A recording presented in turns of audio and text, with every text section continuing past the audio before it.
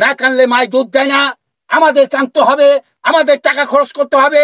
কইরা জনগণ আমার হাত ধরে রাজপথে বিএনপি রাজনীতিকে ভূতভাবে জড়িত করছে। তার ভিতরে পশ্চিম কান্দার সবচাইতে বিএনপি সংগ্রামী একজন নেতা ছিল কপুর মিয়া সাহেব। আল্লাহ পাক তাকে নিয়ে গেছে। তার মধ্যে পশ্চিম কান্দায় ছিল আমাদের আবুল তালুকদার সাহেব, বিএনপির কান্দারে। সারা জাহানের মালিক আমার আল্লাহ নিয়ে গেছে। আসলে ওই শেখ মালিক রাতের পরে রাত নির্বাচনে আমার শহর সাথে যেমন বাচ্চারে পাহাড় দিয়ে রাখতো, এরা ঠিক আমাকে ওইভাবে পাহারা দিয়ে এই এলাকার প্রত্যেকটা ঘরে ঘরে নিত। ছিল ইসমাইল মিথ্যাবাড়ির বিএনপির অনেক ত্যাগী নেতা ছিল। তারা যদিও কিচ্ছু চাইতো না, তারা চাইতো বিএনপি যেন আগামীতে ক্ষমতায় আসে। ছিল মুজিবুল মিথ্যা, তৎকালীন বিএনপির এই ওয়ার্ডের সাংগঠনিক সম্পাদক ছিল। রাতের পরে রাত জাগত। আমি মিথ্যা ব্যক্তিদের কথা বলছি। ফরমান মিথ্যা সাহেব, সুলতান মিথ্যা সাহেব এই বিএনপি কে, এই পশ্চিম কান্দার দুর্গ এত শক্তিশালী করছে, আজকে তারা আমাদের মাঝে নাই। সর্বপ্রথম তাদের জন্য আল্লাহর কাছে দোয়া রাখি, আপনারা দোয়া করে আল্লাহ পাক যেন তাদেরকে জান্নাতে বাসিন্দার করে, আমিন। আপনারা জানেন 2001 সনের নির্বাচনে ব্যারিস্টার নাজমুল হুদা যখন দোহারে নির্বাচন করলো, এই দোহার থানার সর্বপ্রথম কাজ এই উত্তর শিমুলিয়া আগে শুরু করেছিল। কারণ নির্বাচন আমাদের ওয়াদা ছিল, আমরা জনগণের কাজ করব। উত্তর শিমুলিয়া বটতলা থেকে শুরু করে ধুবড়ি পর্যন্ত রাস্তা, এই রাস্তা বিএনপি আমলে করা হয়েছে। তাই না দোহার থানার ভিতরে সর্বশ্রেষ্ঠ কাজ ব্যারিস্টার নাজমুল হুদার নেতৃত্বে, বিএনপি নেতৃত্বে এই উত্তর শিমুলিয়া হয়েছে। রহস্য করা পারবেন? পারবেন কেউ? পারবেন না। আমরা রাজনীতি করি, বক্তব্যের রাজনীতি আমরা পছন্দ করি না। অনেকে রাজনীতি করে বক্তব্য দেয় নেতা হওয়ার জন্য, অনেকে রাজনীতি করে টাকা কামানোর জন্য। বিএনপির রাজনীতি করি এলাকার মানুষের কাজ করানোর জন্য। খন্দকার আবু আশফাক ভাই যখন হুদাবাই জীবিত ছিল, যখন দল থেকে হুদাবাই চলে গেল, হুদাবাই একটা কথা বলল আমাকে, যে মিরাজ তোমরা যারা আছো সবাই মিলে খন্দকার আবু আশফাকের নেতৃত্বে তোমরা রাজনীতি করো। এই নাজমুল হুদার এত কাছের লোক ছিল খন্দকার আবু আশফাক। সেই আবু আশফাক ভাই সেখান থেকে আজকে আমি মনে করি দোহার থানায় যেমন ব্যারিস্টার নাজমুল হুদার মতো একজন নেতা পেয়েছিলাম, ততরূপ খন্দকার আবু আশফাক দোহার থানায় সর্বশ্রেষ্ঠ কাজ, নবাবগঞ্জের চাইতে বেশি সর্বশ্রেষ্ঠ কাজ করবো দোহার থানায়।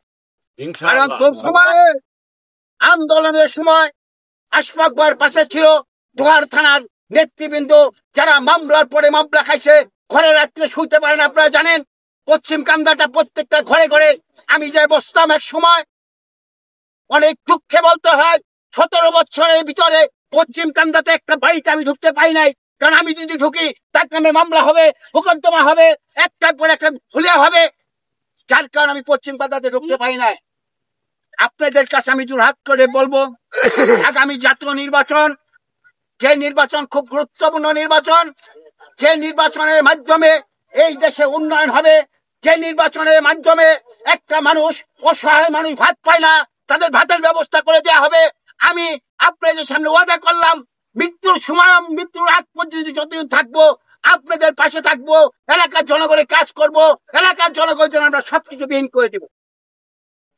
আপনারা অনেকেই জানেন যখন ব্যারিস্টার নাজমুল হুদা মন্ত্রী ছিলেন, রাতের অন্ধকারে এই পশ্চিম কান্দা প্রত্যেকটা ঘরে ঘরে যাইতাম, অনেকের ঘরে, যে গরিব দুঃখীর পাশে যতটুকু পারছি আল্লাহ পাক যথেষ্ট ভিত্তিতে দাঁড়াইছে। কারো ঘরে আওয়ামী লীগ সরকার পাওয়াইছে, বিএনপির যারা ত্যাগী নেতা ছিলেন, হলো খালাসির মতো লোক জেলখানায় চলে গেছে। তার ছেলে জেলখানায় চলে গেছে। আমার মতো মানুষ সবকিছু ছেলেদের একটা পাগলের কাছে চলে গেলাম। রাতের অন্ধকারে এসে ধরে নিয়ে গেল থানায়। মামলার পরে মামলা, ঘরে শুইতে পাই না, চোখের মধ্যে যে শুয়েছিলাম আপনারা সকলেই জানেন। কিন্তু তারা আমার ভাই, তাদেরকে আমরা কখনো নির্যাতন করব না, কারণ আমি মরে গেলে তারাই আমাকে মাটি দিব। কার ক্ষতি আমি করব? আমি চাই আগামী নির্বাচনে দলমত নির্বিশেষে উত্তর শিমুলিয়াতে বিপুল ভোটে খন্দকার আবু আশফাককে ধানের শীষে ভোট দিবেন। আর যদি আমরা কাজ না করতে পারি, আমি ব্যক্তিগতভাবে বলি, আমি রাজনীতি থেকে ইস্তফা দিব। আর জীবনে রাজনীতি করব না। জনগণের কাজ করতে পারলে করবো, তা না হলে রাজনীতি করব না।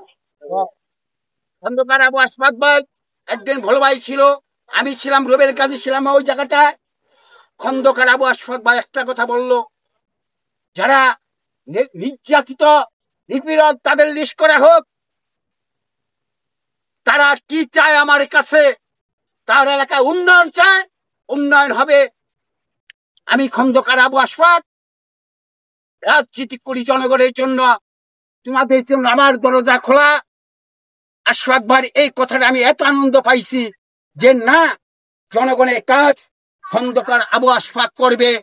আর যেহেতু আমরা নেতৃত্ব দিচ্ছি, না কানলে মায় দুধ দেয় না, আমাদের কানতে হবে, আমাদের টাকা খরচ করতে হবে, কইরা জনগণের কাজ আদায় করে নিয়ে আসতে হবে। আজকে যদি সালমানের রহমান তোহার থানায় নির্বাচন করেছিল, যিনি ছিলেন বাংলাদেশের প্রধানমন্ত্রীর পরের অবস্থান, তিনি যদি ইচ্ছা করতেন দোয়ার থানায় ঘেঁষে আনতে পারতেন। তিনি যদি ইচ্ছা করতেন প্রত্যেকটা ঘরে ঘরে মানুষ টাকা রাস্তা দিয়ে চলে যাইতেন। কিন্তু কিছুই কয় নাই। আমাদের নেতৃবৃন্দ যারা নেতৃত্ব দিচ্ছে তারাও কোনোদিন যা বলে নাই এই রাস্তা করে দেন। আমি একটা উদাহরণ দিয়ে আমি শেষ করব।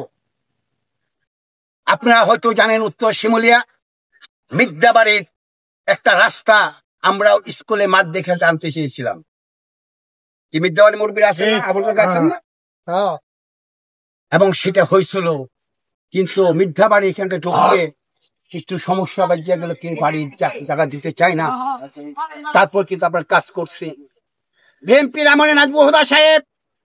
ওই সময় একটা কথা, উত্তর শিমুলা আমজাদ মাস্টার বাড়ি হইতে শুরু করে আপনার ডুবলি পর্যন্ত একটা রাস্তা পারবো।